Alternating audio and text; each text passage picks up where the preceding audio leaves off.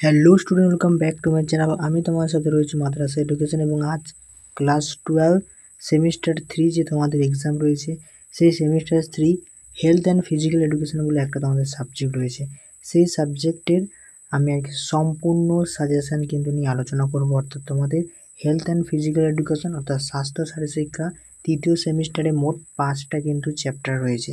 এই 5টা চ্যাপ্টার থেকে যত প্রকার প্রশ্ন হয় সেই প্রশ্নগুলো নিয়ে আলোচনা করে দেবো একদম অ্যান্সার সহ, এবং প্রত্যেকটা অধ্যায়ের আমি কিন্তু পরপর যে প্রশ্নগুলো হয় সেই প্রশ্নগুলো নিয়ে কিন্তু পরপর আলোচনা করব একটা ভিডিওতে।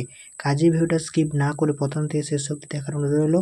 চ্যানেল যদি নতুন হয়ে থাকে অবশ্যই চ্যানেলটা সাবস্ক্রাইব করে পাশে থেকো, আর যারা সাবস্ক্রাইব করছে তাদেরকে অসংখ্য ধন্যবাদ। আর তোমাদের জন্য একটা গ্রুপ খোলা রয়েছে, চাইলেই তোমরা কিন্তু গ্রুপে জয়েন হয়ে যেতে পারো। আর ভিডিওটা একটু লং হবে, কারণ 5টা যে আমাদের চ্যাপ্টার রয়েছে সম্পূর্ণটাই কিন্তু একটা ভিডিও দেখানো হবে, তাই ভিডিওটা কিন্তু একটু লং হবে, কেউ স্কিপ করবে না। আর যারা পিডিএফটা পেয়ে মাধ্যমে নিতে চাও তারা অবশ্যই কিন্তু আমাকে ডেসক্রিপশন বক্সের নাম্বারে কিন্তু যোগাযোগ করতে পারো। সো বেশি না কথা পারি, আজকে ভিডিওটা শুরু করা যাক। দেখো, প্রথমেই কিন্তু আমি আমার যে পিডিএফ ফাইলটা কিন্তু ওপেন করে নিয়েছি। সেই পিডিএফ ফাইলে দেখো প্রথম অধ্যায় সেমিস্টার 3 2025 2025 সালে তোমরা কিন্তু সেপ্টেম্বরে থার্ড সেমিস্টার কিন্তু দিতে যাচ্ছ, এবং খুব কড়াকড়িভাবে কিন্তু আমাদের এক্সাম হবে, কারণ প্রত্যেকটা সেট কিন্তু কারোর সাথে মিলবে না। তাই ভেবেচিন্তে কিন্তু পড়াশোনাটা চালিয়ে যাও। আর মাত্র হাতে গোনাগুনতি একটা মাস কিন্তু সময় আছে। দেখো, প্রথম যে তোমাদের ইউনিট রয়েছে সেই ইউনিটে প্রথম যে প্রশ্নটা করবো সেটা হচ্ছে স্বাস্থ্য কাকে বলে। দেখো, স্বাস্থ্য মানে অ্যাকচুয়ালি আমরা বুঝি যে রোগহীন অবস্থা, এটা কিন্তু নয়। স্বাস্থ্য মানে যে কোনো প্রাকৃতিক প্রতিকূল পরিবেশ, অনুকূল সামাজিক যে কোনো পরিবেশের মধ্যে যে মানিয়ে নিতে পারবে তাকে আমরা কিন্তু স্বাস্থ্য বলে থাকি। তারপর যে স্বাস্থ্যবিধান কী, স্বাস্থ্যবিধান বা যে তত্ত্বের মাধ্যমে আমরা সমাজকে বা নিজেকে রোগমুক্ত করতে পারবো সেটার নামই হচ্ছে স্বাস্থ্যবিধান। এবার এই স্বাস্থ্যবিধানকে কিন্তু দুইটি ভাগে ভাগ করা হয়েছে। দেখো, আমি সম্পূর্ণ ক্লিয়ারলি তোমাদের বুঝিয়ে দিচ্ছি। একটা হচ্ছে ব্যক্তিগত আর একটা হচ্ছে সামাজিকগত। ব্যক্তিগত ব্যাপারটা মানে হচ্ছে যেটা নিজের জন্য করে, আর সমাজগত মানে হচ্ছে যেটা সমাজের জন্য করবে, সেটা হচ্ছে সামাজিকগত। আশা করি সম্পূর্ণ তোমরা বুঝতে পেরেছো। তারপরে যে প্রশ্নটা করবো সেটা হচ্ছে শিশুদের দৃষ্টি বিকাশ করে কোন আইস কেয়ারে, সেটা হচ্ছে পেডিয়াট্রিক যে আইস কেয়ার সেখানে। তারপরে 2 নম্বর প্রশ্নটা যেটা হবে চোখের যে মানে স্বাস্থ্য বা চোখটা ভালো রাখার জন্য যে অবস্থা, সেটাকে কোন বিজ্ঞানী প্রথম যে পদ্ধতিগুলো নির্মাণ করেছেন, কোন বিজ্ঞানী? William Bate. তারপর যে চোখের বিশ্রামের নিয়মটা কত বা টাইমটা 20:20:20। বর্ণাত্মকতা কাকে বলে? দেখো, বর্ণাত্মকতা অনেক বড় কিন্তু সংজ্ঞাটা এখানে দেওয়া রয়েছে, আমি কিন্তু ক্লিয়ারলি তোমাদের একটু ছোটো করে বুঝিয়ে দিচ্ছি। কোনো ব্যক্তি যদি কোনো রঙকে নির্দিষ্ট করে চিহ্নিত করতে না পারে সেটার নামই হচ্ছে বর্ণান্ধকতা। এই বর্ণান্ধকতার সংজ্ঞা কিন্তু পড়বে না, এই 3টে প্রশ্ন তোমাদের পড়বে। লাল বর্ণান্ধকতাকে কী বলা হয়?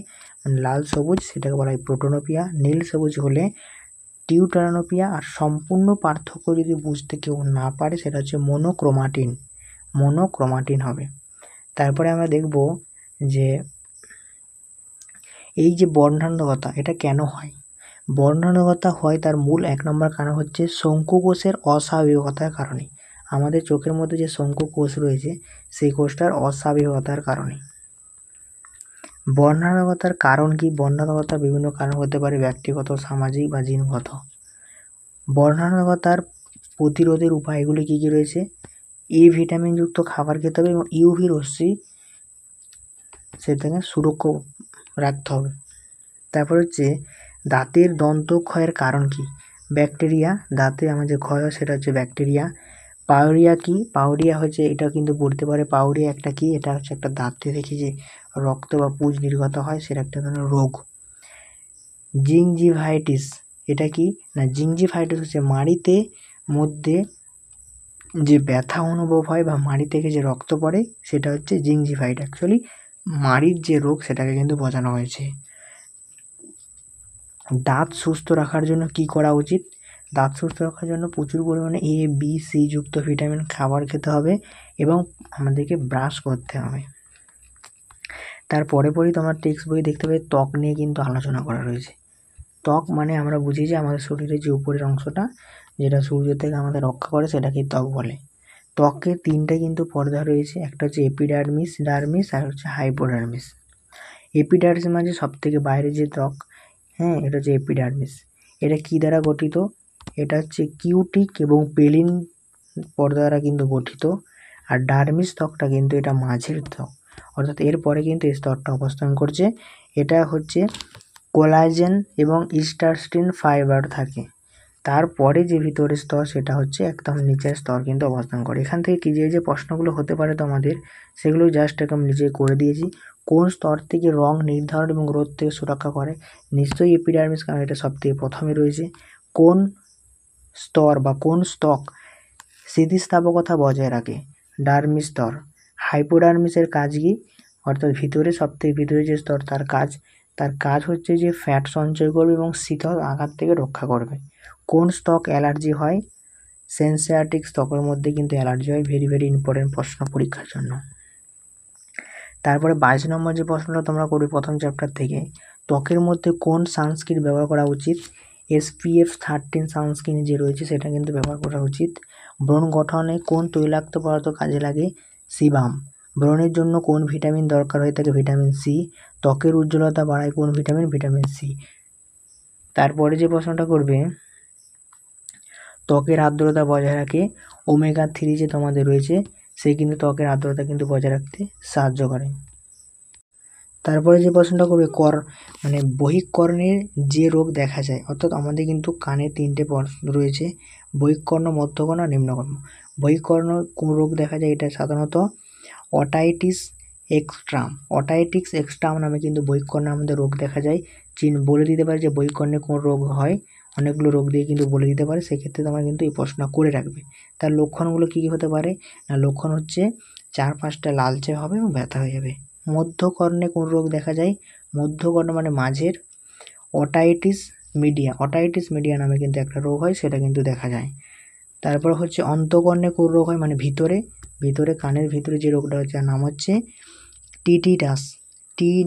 টিনিটাস বলে একটা রোগ হয়, এই রোগটা কিন্তু দেখা যায়। এর কি লক্ষণ হতে পারে?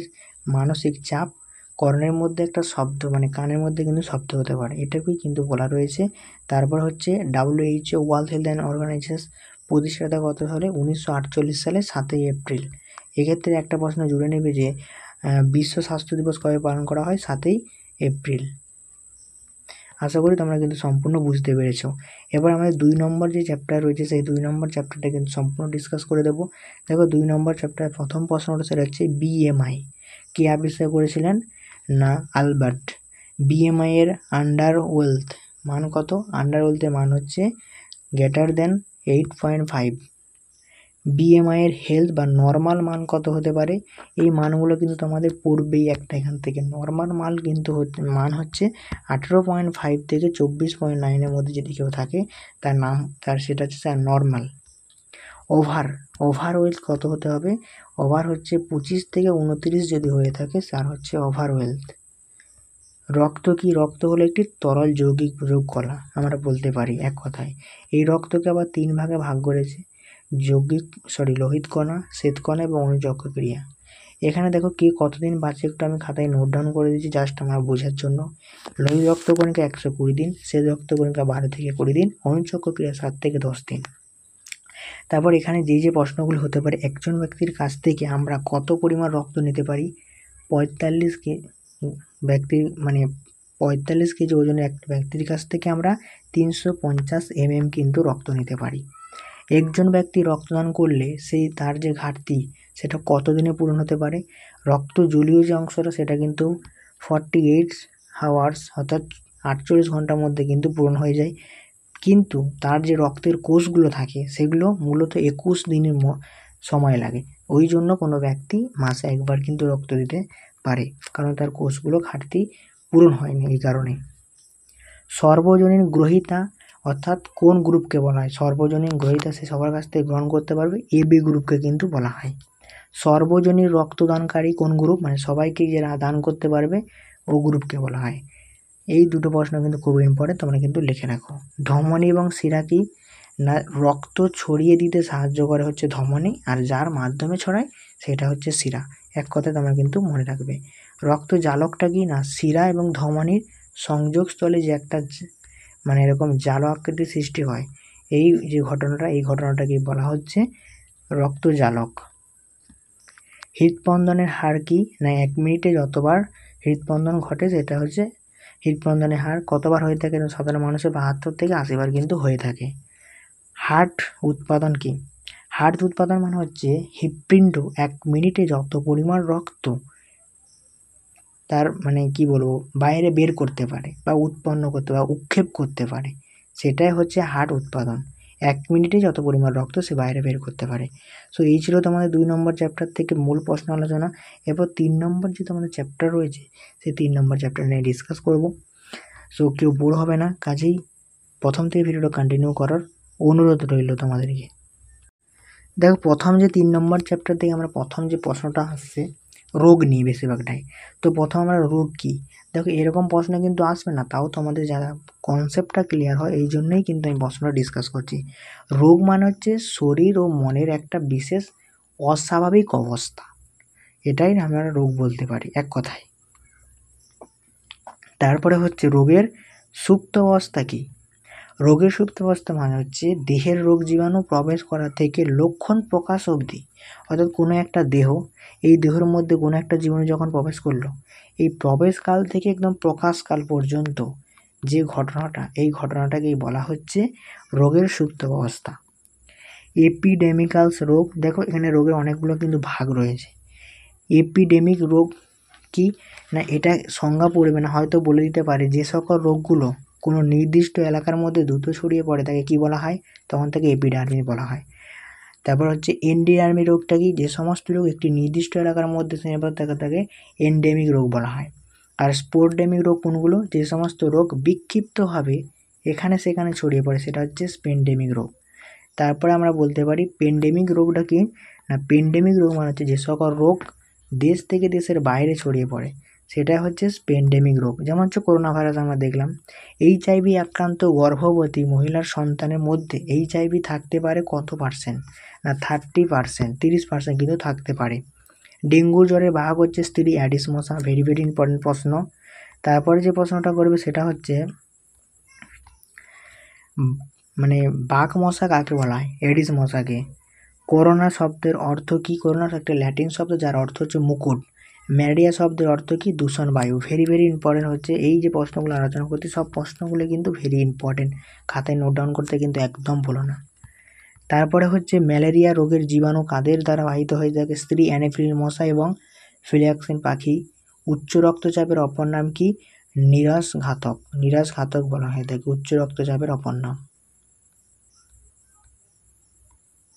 দেখো এবার আমার 4 নম্বর যে তোমাদের চ্যাপ্টার, সেই 4 নম্বর চ্যাপ্টারে কিন্তু চলে যাব। এখানে কিন্তু পুষ্টিবিজ্ঞান নিয়ে একটা কিন্তু চ্যাপ্টার রয়েছে। সো এই চ্যাপ্টারটা অনেকগুলো কিন্তু প্রশ্ন হয়েছে। দেখো আমি বারবার করে বলছি আমার প্রশ্নগুলো এবং তোমাদের পর্ষদ থেকে যে বই দেওয়া রয়েছে সেই বইগুলোর প্রশ্নগুলো জাস্ট করে দাও। আশা করি এখান থেকে এই দুটো থেকে মোটামুটি 25% নাম্বার কিন্তু তোমরা এখান থেকে তুলতেই পারবে, অর্থাৎ 35-এর মধ্যে 25 নাম্বার কিন্তু তুলতেই পারবে। দেখো প্রথম যে প্রশ্নটা এখান থেকে করবে, পুষ্টি কাকে বলে। অ্যাকচুয়ালি পুষ্টি মানে হচ্ছে আমাদের জীবদেহের যে সকল উপাদানগুলো আমরা মানে গ্রহণ করে বৃদ্ধি বিকাশ ঘটায় এবং রোগ প্রতিরোধ ক্ষমতা গড়ে তোলে, সেই সকল খাবারগুলোকে আমরা পুষ্টি বলতে পারি। পুষ্টির পরিপোষণটা কি, পুষ্টি পরিপোষণ মানে হচ্ছে যে সকল জৈব পদার্থ হতে পারে আবার অজৈব পদার্থ হতে পারে, যেগুলো আমরা গ্রহণ করে পুষ্টি সাধন করে থাকি, এই পুষ্টি সাধন করার যে প্রক্রিয়া সেটাকে হচ্ছে পরিপোষক। এখানে একটা প্রশ্ন খুব ইম্পর্টেন্ট, যে সকল খাদ্য পরিপোষক বাট সকল পরিপোষক খাদ্য নয়, এই প্রশ্নটা কিন্তু খুব ইম্পর্টেন্ট, এই লাইনটা তোমরা মনে রাখবে। কেন সকল খাদ্য পরিপোষক, কেন সকল খাদ্য পরিপোষক, এই কারণেই, কারণ খাদ্য কিন্তু এখানে সংজ্ঞাই কিন্তু বলে দিয়েছে জৈবিক খাদ্য আবার অজৈবিক হতে পারে, বাট সকল পরিপোষক কিন্তু খাদ্য নয়। কেন সকল পরিপোষক খাদ্য নয়, কারণ এখানে জৈব পদার্থ থাকতে পারে আবার অজৈব পদার্থ থাকতে পারে, ওই জন্যই কিন্তু বলছে সকল পরিপোষক খাদ্য নয়। আশা করি তোমরা দিকে বোঝাতে পেরেছি। এবার খাদ্যটা কি, যাদের মাধ্যমে আমরা শরীরে ক্যালোরি পাই বা শক্তি পাই সেটাকে আমরা খাদ্য বলতে পারি। তারপর এখানে অনেকগুলো রয়েছে, যে 1 গ্রাম কার্বোহাইড্রেট জাতীয় খাদ্য থেকে কত গ্রাম কিলোক্যালোরি তাপ পাওয়া যায়, 4.1 কিলোক্যালোরি। দেখো এই প্রশ্নগুলো আমি আর পড়ে শোনাচ্ছি না, ভিডিও লং হয়ে যাবে, তোমরা একটু জাস্ট দেখে নাও। প্রতিদিন কত গ্রাম খাদ্য খাওয়া প্রয়োজন? 25 থেকে 300 গ্রাম। কার্বোহাইড্রেটের অপর নাম হচ্ছে স্যাকারাইডস বা সুগার আমরা বলতে পারি। অতিমাত্রিক মৌল কাকে বলে? যে সকল মৌলগুলি আমাদের দেহে প্রয়োজন একদম খুবই, সেগুলো হচ্ছে অতিমাত্রিক। হ্যাঁ, শিশুদের রিকেট রোগ হয় কোন ভিটামিনের অভাবে? ক্যালসিয়াম অভাবে বা ভিটামিন ডি। রক্তের পতাকা দেখা যায় আয়রনের অভাবে। গলগণ্ড দেখা যায় আয়োডিনের অভাবে। ভিটামিন এ এর রাসায়নিক নাম হচ্ছে রেটিনল। রাতকানা কোন ভিটামিনের অভাবে হয়? Vitamin A. ভিটামিন ডি এর রাসায়নিক নাম হচ্ছে ক্যালসিফেরল। ভিটামিন ডি এর অপর নাম অ্যান্টিজারথোলিটমিক। ভিটামিন ই এর রাসায়নিক নাম টোকোফেরল। ভিটামিন ই এর অভাবে কোন রোগ হয়ে থাকে? অকাল যে বার্ধক্যতা, সেই অকাল বার্ধক্যতা কিন্তু ভিটামিন ই এর অভাবে হয়ে থাকে। দেখো প্রত্যেকটা প্রশ্ন খুব ইম্পর্টেন্ট, তোমরা কিন্তু খাতায় নোট ডাউন করতে থাকো। দেখো এবার আমার 5 নম্বর যে চ্যাপ্টার, সেই 5 নম্বর অলিম্পিকের ইতিহাস নিয়ে কিন্তু এই চ্যাপ্টারটা হাবিজাবি অনেক কিছু দিয়েছে। সো এখান থেকে কয়েকটা বাছাইকৃত প্রশ্ন, মোটামুটি 10টা পর্যন্ত প্রশ্ন কিন্তু উপস্থাপন করছি তোমাদের মাঝে। তোমরা কিন্তু খাতায়গুলো নোট ডাউন করে নাও। অলিম্পিক গেমের মূল্যবোধগুলো কী ছিল? না শ্রেষ্ঠতা, সম্মান এবং বন্ধুত্ব। অলিম্পিকের 5টি রং কী ছিল? নীল, হলুদ, কালো এবং সবুজ। কেন 5টি রং দিয়েছে? কারণ এটা পুরো পৃথিবীর মধ্যে প্রত্যেকটা দেশের যে জাতীয় পতাকা, সেই জাতীয় পতাকা রং কিন্তু এখানে রয়েছে। অলিম্পিকের নীতিবাক্যগুলি কী কী? অলিম্পিকের নীতিবাক্য হচ্ছে ফাস্টার, হায়ার এবং স্ট্রঙ্গার, যেটাকে অনেক সময় সেটিয়াল, অটিয়াল এবং ফর্টিয়াল নামে পরিচিত। তারপর অলিম্পিকের সঙ্গে শিক্ষার ধারণ কত সালে চালু হয়? 1928 সালে। অলিম্পিকের নীতিবাক্য কত সালে প্রথম পাঠ করা হয়? 1894 সালে। অলিম্পিকের সংগঠিত অলিম্পিক যে সঙ্গীত, সেটা কে রচনা করেছিলেন? না ক্রিস্টোফার মালামাস। অলিম্পিকের যে সঙ্গীত, সেটাকে সুর দিয়েছিলেন কে? স্পাইরোস সারামালস। অলিম্পিক পতাকাটি কত সালে কার নির্দেশে তৈরি করা হয়? 1913 সালে ব্যারন ডি কারবাটিনের নির্দেশে। শান্তির প্রতীক হচ্ছে পায়রা, বিশ্ব শান্তির প্রতীক হচ্ছে জলপাইন গাছ। সো স্টুডেন্ট, ভিডিওটা এই পর্যন্তই। কেমন লাগলো অবশ্যই কমেন্ট করে জানিও। নেক্সট ভিডিওতে আমাদের ইতিহাসের উপর আসছে, অবশ্যই চ্যানেলটা সাবস্ক্রাইব করে রাখো। ইতিহাসেরও কিন্তু সম্পূর্ণ একটা ভিডিওতে সম্পূর্ণটা ডিসকাস করে দেবো। সো লাইক, কমেন্ট, শেয়ার এবং করতে কিন্তু ভুলবে না। তো বাই, আবার নেক্সট ভিডিওতে আমার সাথে কিন্তু দেখা হচ্ছে। ভিডিওর মধ্যে কোনো যদি ভুল ত্রুটি হয়ে থাকে অবশ্যই ক্ষমার চোখে দেখবেন।